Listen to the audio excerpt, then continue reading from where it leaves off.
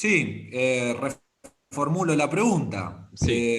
Vos, Mariano, ¿por qué después de todo lo que nos contaste y, bueno, todos estos años de trabajo que estuviste con tu equipo, ¿no? Sí, sí.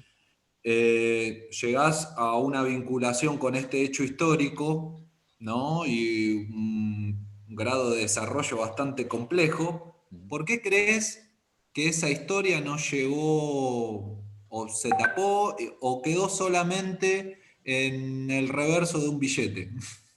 Sí, sí, porque no tuvo la dimensión que realmente debería haber tenido, ¿no? Sí, Eh, claro, el hecho es el siguiente. Existen lo que se llaman las historias oficiales. Y esas historias oficiales son versiones de la historia.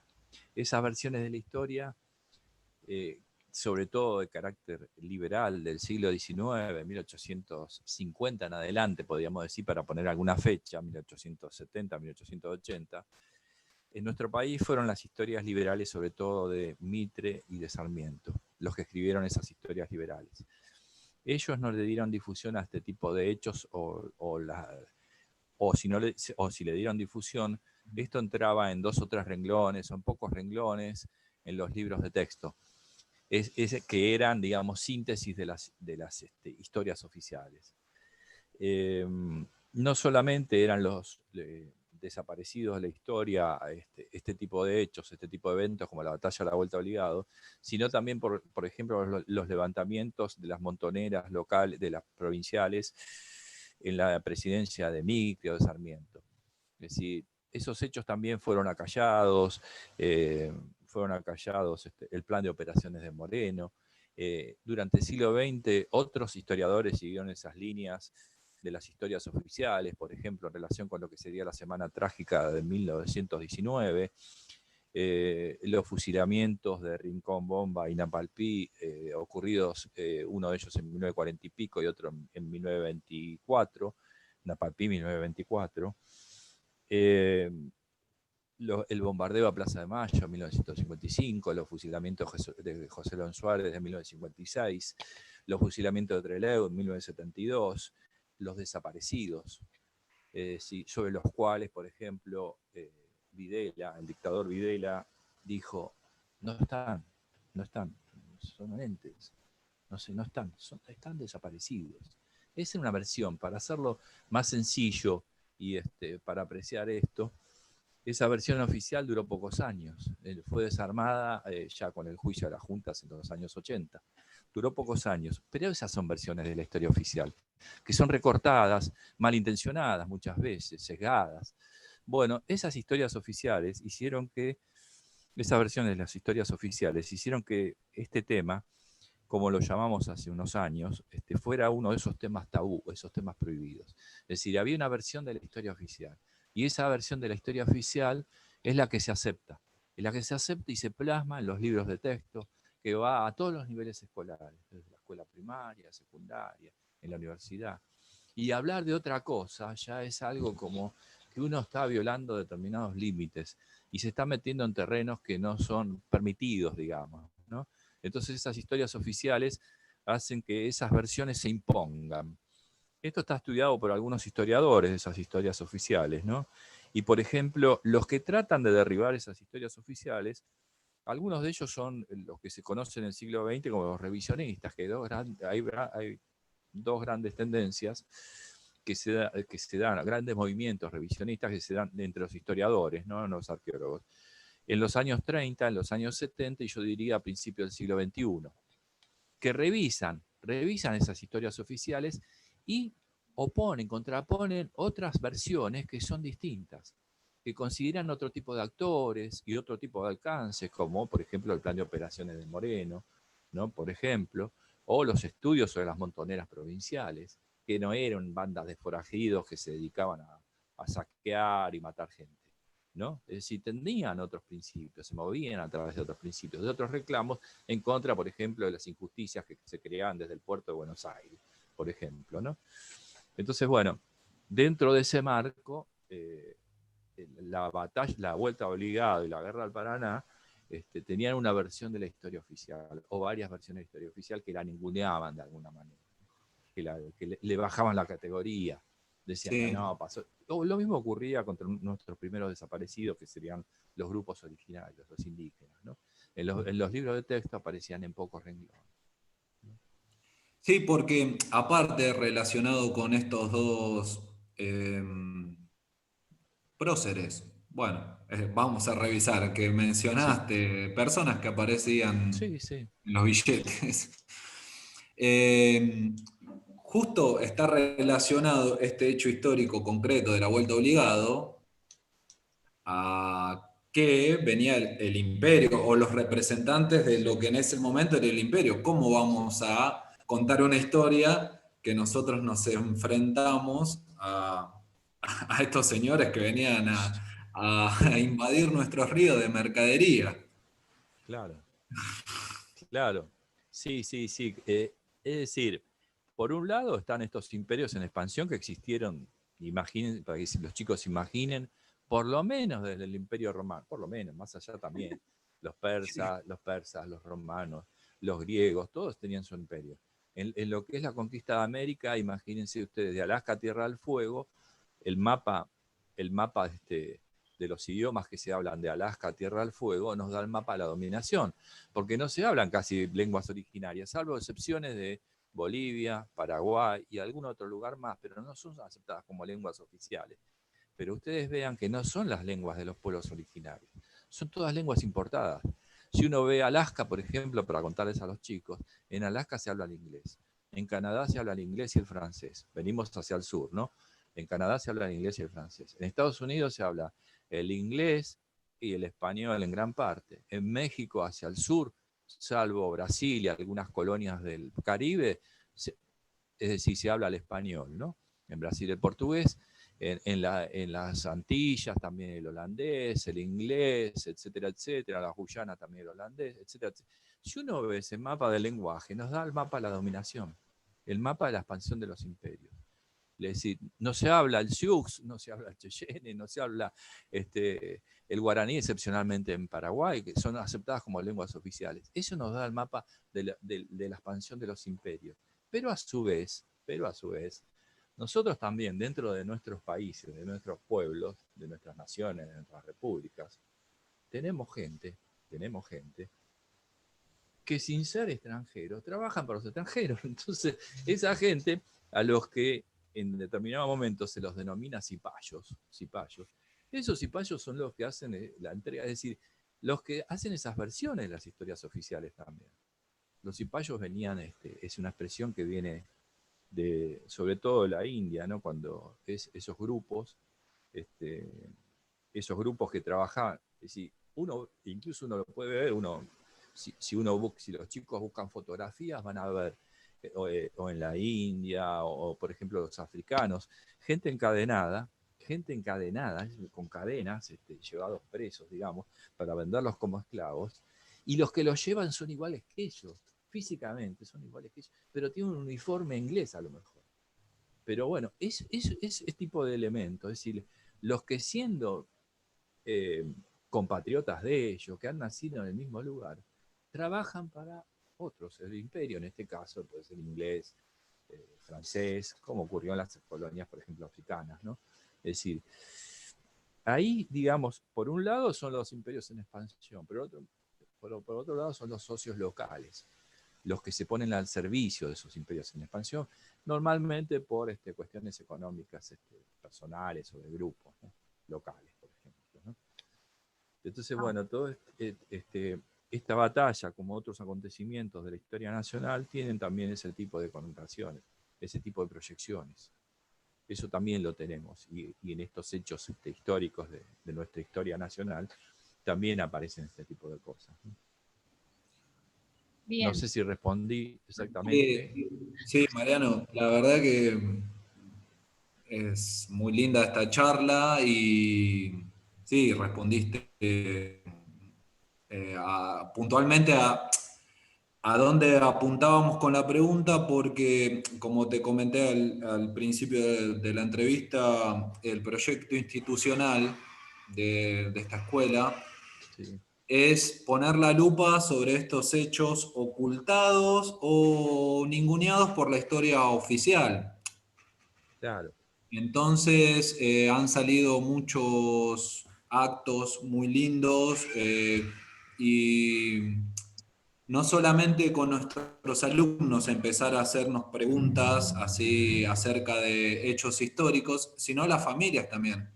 Eh, con mucha sorpresa, después de un acto, acercarse y decir, ah, pero yo cuando iba a la escuela a mí me dijeron que no sabía que también estaba esta otra parte.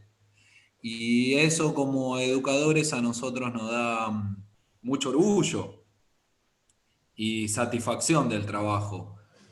Eh, poder hacer como este pequeño trabajo y de poner la lupa sobre hechos que históricamente han sido los oficiales. Entonces, empezar a rever eso, la verdad que nos llena de satisfacción, ¿no? Y siempre con creces lo encaramos a este proyecto. Bueno, que este año estuvo un poco trunco por claro. el hecho de Sí, sí. la La pandemia. presencialidad, pero claro, Claro, yo me alegro mucho que existan docentes, sé que existen, algunos de ellos trabajan conmigo, porque yo trabajo también nuestro equipo de investigación se nutre de gente que estudió en la Universidad Nacional de Luján o que estudia en la Universidad de Luján, porque a veces tenemos pasantes que son jovencitos, tienen alrededor de 20 años, 25, 30,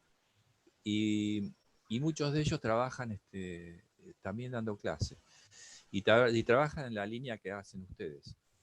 En esta línea yo creo que también es mostrar otras versiones de hechos históricos, otras versiones, por ejemplo, se orientan a desarmar esos mitos, esas construcciones que se dan también en nuestra sociedad, como por ejemplo, voy a hacer hechos muy concretos, ¿no?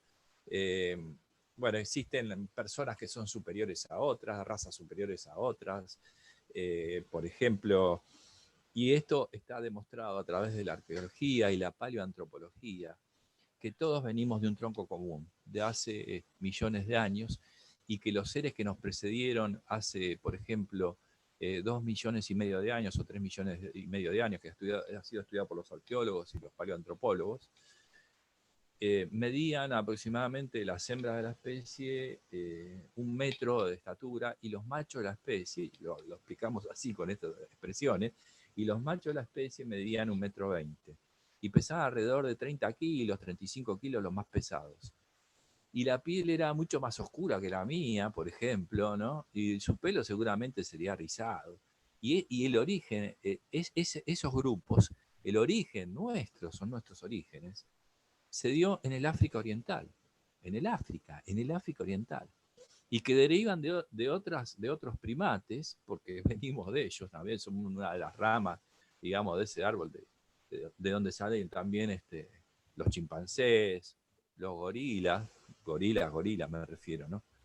A ese tipo de gorilas que son parientes, bueno, lejanos nuestro, ¿no? Y todos ellos salen de un tronco común, y bueno, y todos ellos tenían esas características. Es decir, en la actualidad, si uno va a los suecos, miren lo que no, suecos, austríacos, colombianos, mozambiqueños, bolivianos, todos venimos del mismo tronco común, todos, por características de adaptaciones que se dieron en el pasado, muy en el pasado. Fuimos variando de algunas características. Las tribus se fueron aislando en algunos lugares, tuvieron descendencias entre ellos. Es decir, existen construcciones de mitos que no se fundamentan, vuelvo a lo que vos decías, en estas lógicas a las que fue arribando la ciencia. La ciencia fue arribando, digamos, a esas conclusiones, ¿no? Es decir, como el mito de los peronistas que decían que arrancaban el parqué, que les daban las casas, regalaban la casa, arrancaban el parqué de las casas y hacían asado. Claro, ¿y por qué es un mito eso? Y es un mito porque yo de jovencito trabajé 15 años trabajé en talleres, ¿no? Pero, por ejemplo, trabajé con un italiano cuando tenía alrededor de 20 años, yo era como una especie de peón de él y sacábamos el piso viejo de parqué y colocábamos los parqués nuevos. Lo pegábamos con brea, hace muchos años, ¿no? En la actualidad hay otros pergamentos. Y la brea la calentábamos en unos tachos de 200 kilos con fuego abajo, fuego llama, y la derretíamos y la cargábamos en un tacho y colocábamos el parqué o arreglábamos los techos, por ejemplo, ¿no? Los techos que eran terrazas. Entonces lo que pasaba, los una especie de brea, con brea. Si uno arrancara el parque y ustedes se hacen un fuego con eso, se envenenan. Y si lo hacen adentro de un departamento, se envenenan mucho más. No solamente que se envenenan ustedes, nosotros, nos envenenaríamos, sino también que envenenaríamos la comida. Sí. Es decir, por más que viniera después alguien, le estamos tirando un veneno a la comida. Es decir, entonces, esa es lógica. Esto es un mito, una construcción que no tiene sentido, porque se cae sola, se cae madura. Es decir, y con eso han querido demostrar la superioridad de ciertos sectores, han querido demostrar superioridad, entre comillas, racial o superioridad cultural de unos sectores sobre otros. Y son mitos, construcciones que todavía existen en nuestras sociedades. Bien. Pero sí, Fabi, vos querías... ¿Puedo ir yo No. con una Dale. pregunta, Mariano, volviendo, sí, ya casi terminando para que no se nos corte el Zoom, sí. Pero volviendo quizás un poquito a lo que fue la batalla, Sí. igual un poco explicaste, digo la batalla, el lugar, ¿no? Vuelta obligado. Un poquito ya nos explicaste, pero por ahí voy a 2 preguntas en una. ¿Qué objetos y elementos históricos hallaron? Hablamos de las cadenas, no sé si hallaron algo más. ¿Y qué te representó a vos, Mariano, tu primer hallazgo, cuando vos estuviste frente a un hallazgo que tenga que ver con la historia, ¿no? De algo que por ahí uno hablaba y de repente dijiste, uy, mirá, está acá en mis manos. Sí. Sí, lo que más nos sorprendieron 2 cosas. En primer lugar, durante esos primeros años, imagínense, nosotros empezamos en mayo del 2000 a excavar en Vuelta Obligada. No teníamos antecedentes de investigaciones arqueológicas en campos de batalla en nuestro país. En el 2000. En el 2000, mayo del 2000. 20 años.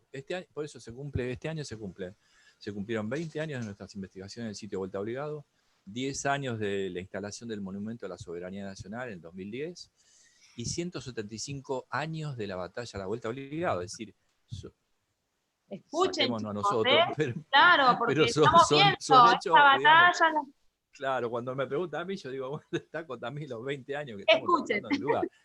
Claro. Que no llegan a los 20 nuestros alumnos.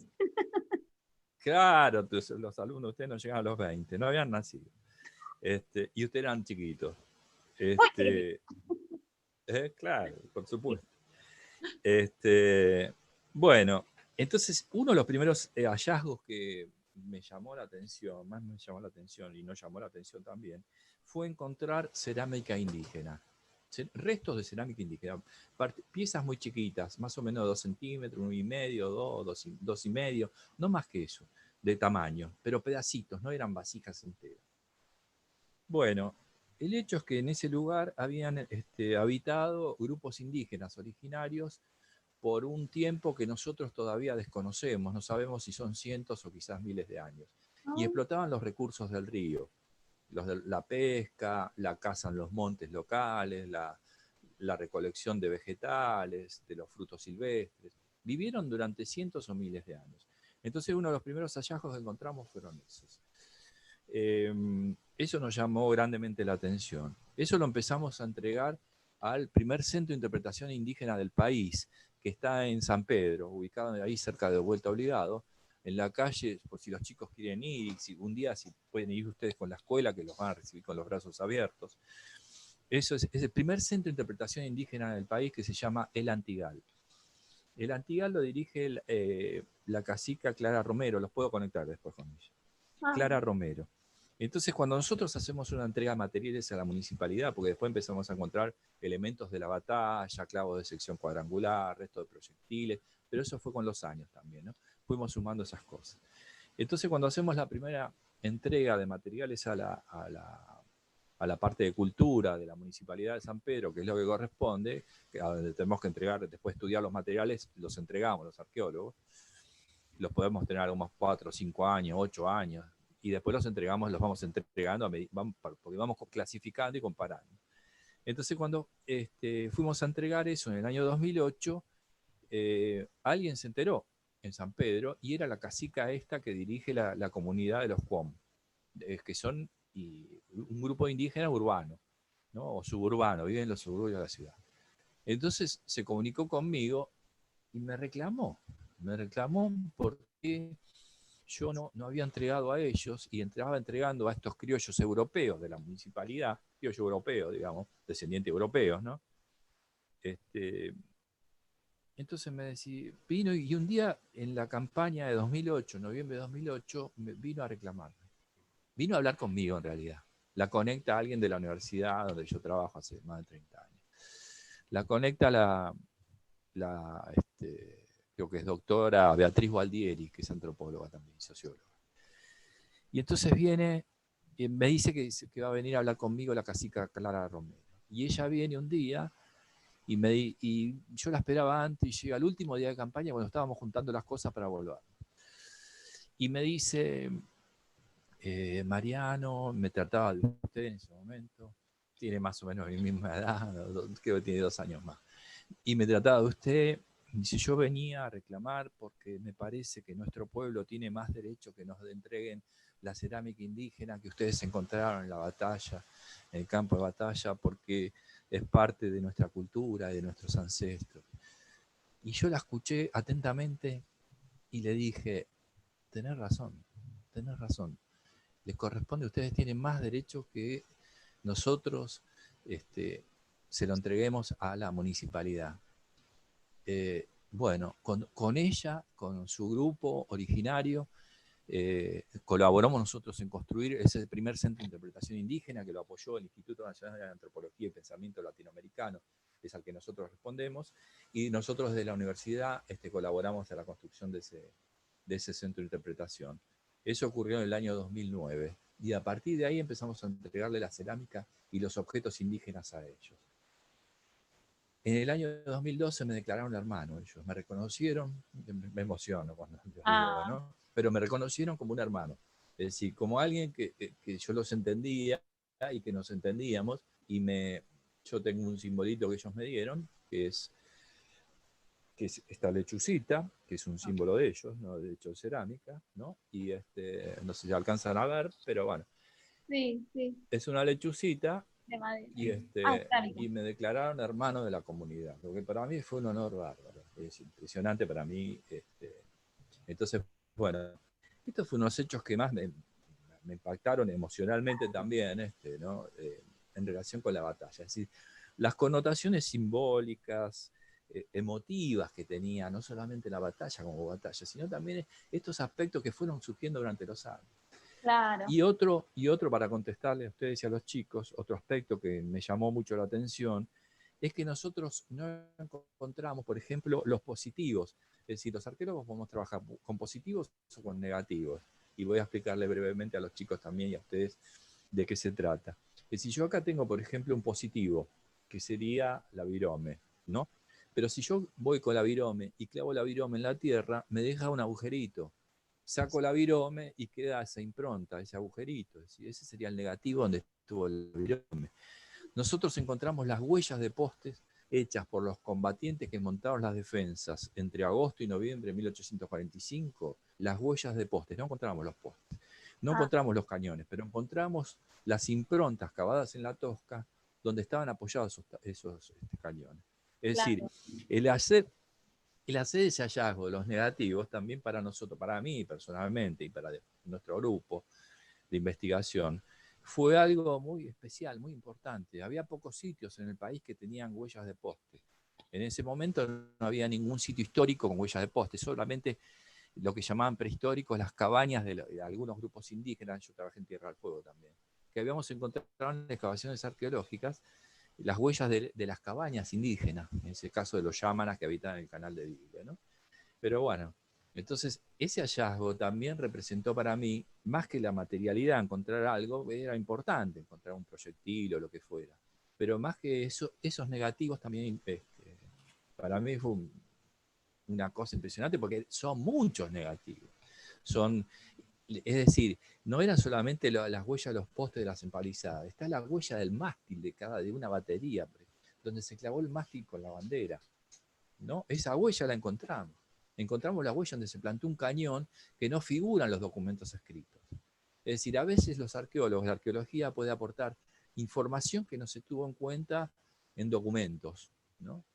No solamente en las historias oficiales, sino en un documento como el plano del capitán Sullivan. Él no destaca en esa segunda batería, pues en la segunda batería que aparece, ese cañón de grandes dimensiones, ¿no? Él no destaca eso, pero nosotros encontramos la huella que había una pieza de calibre mayor en esa batería, en la segunda batería de la Vuelta a Vigado, ¿no? Entonces, bueno, esos serían los aspectos que puedo, así a grandes rasgos, señalar. La cerámica indígena y las huellas, estos negativos hallados en la excavación. Claro, aparte me imagino que investigando una situación o algo, encontrar, por ejemplo, porque iban quizás por la batalla, a ver ¿no? Los cañones, las cadenas, y de repente aparece una cerámica quizás mucho más antigua de los pueblos originarios. Entonces, claro, claro, que vos te preguntás, ¿qué hace esta cerámica? Vos decís, claro, pero además toda la hay historia algo... en un solo lugar, ¿no? Lo de muy Claro, lejos, lo lejano, lo de claro. ahora. Claro, pero además las características también del evento histórico, ¿no? Porque es un hecho de violencia, es una batalla, ¿no? Es un hecho de violencia. Imagínense ustedes entonces que, porque una cosa es excavar, eso nos pasa a los arqueólogos, excavar un lugar que fue habitado por una familia, supongamos, una casa a la que quedan solamente algunos restos de paredes y los pisos de tierra. Entonces hay residuos de las actividades humanas del pasado. Eso, pero entonces uno va excavando y sabe que, por ejemplo, alguien barrió en el pasado y en los ángulos, donde aparece muchas veces, la barrida deja residuos en los ángulos de la habitación, los restos de lo que fuera una habitación de piedra, supongamos, ¿no? Y entonces vos podés encontrar un fogón en el piso, la tierra quemada, esos indicios quedan. Pero está todo ordenado todavía, o relativamente ordenado. En cambio, en un campo de batalla, ustedes imagínense que los grupos originarios dejaron cierto orden, cuando abandonaron las cosas y quedó cierto orden. Como si nosotros tomábamos el mate en el patio, acá en el jardincito, y tirás la hierba a la tierra, y se te cae, o tirás un pucho, o se te cae el encendedor y se queda por ahí escondido, o lo que sea, ¿no? Entonces vos venís, ustedes vienen excavando y van encontrando ese tipo de cosas, una chapita de Coca-Cola, lo que quieran los chicos, ¿no? Claro, se entiende. Entonces, está todo relativamente ordenado. Acá al caer las bombas, desordenaron todo.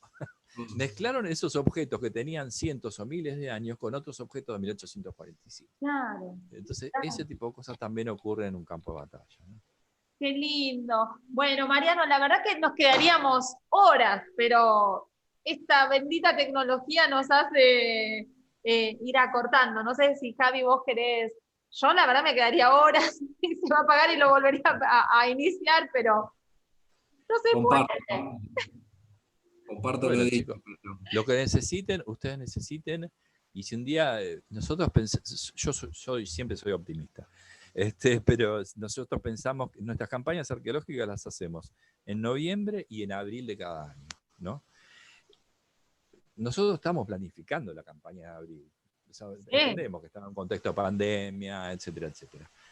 Pero yo digo, no, para abril vamos a estar todos vacunados. Y vamos a ir a excavar. Vamos a estar todos bien. Ustedes pueden venir con la escuela, quieren venir con la escuela. Ay, bueno. Me avisan a mí pues vienen a escuela siempre a visitar. Genial. Bueno, si pudieran arreglar eso, yo sé que es complicado porque los permisos y todo eso. Pero bueno, tienen ese ofrecimiento. Ustedes la invitación está dada, así que Mariano, te agradecemos un montón. Y sé estos días que estábamos hablando que el viernes estuviste por allá también, así que estás, es algo preciso.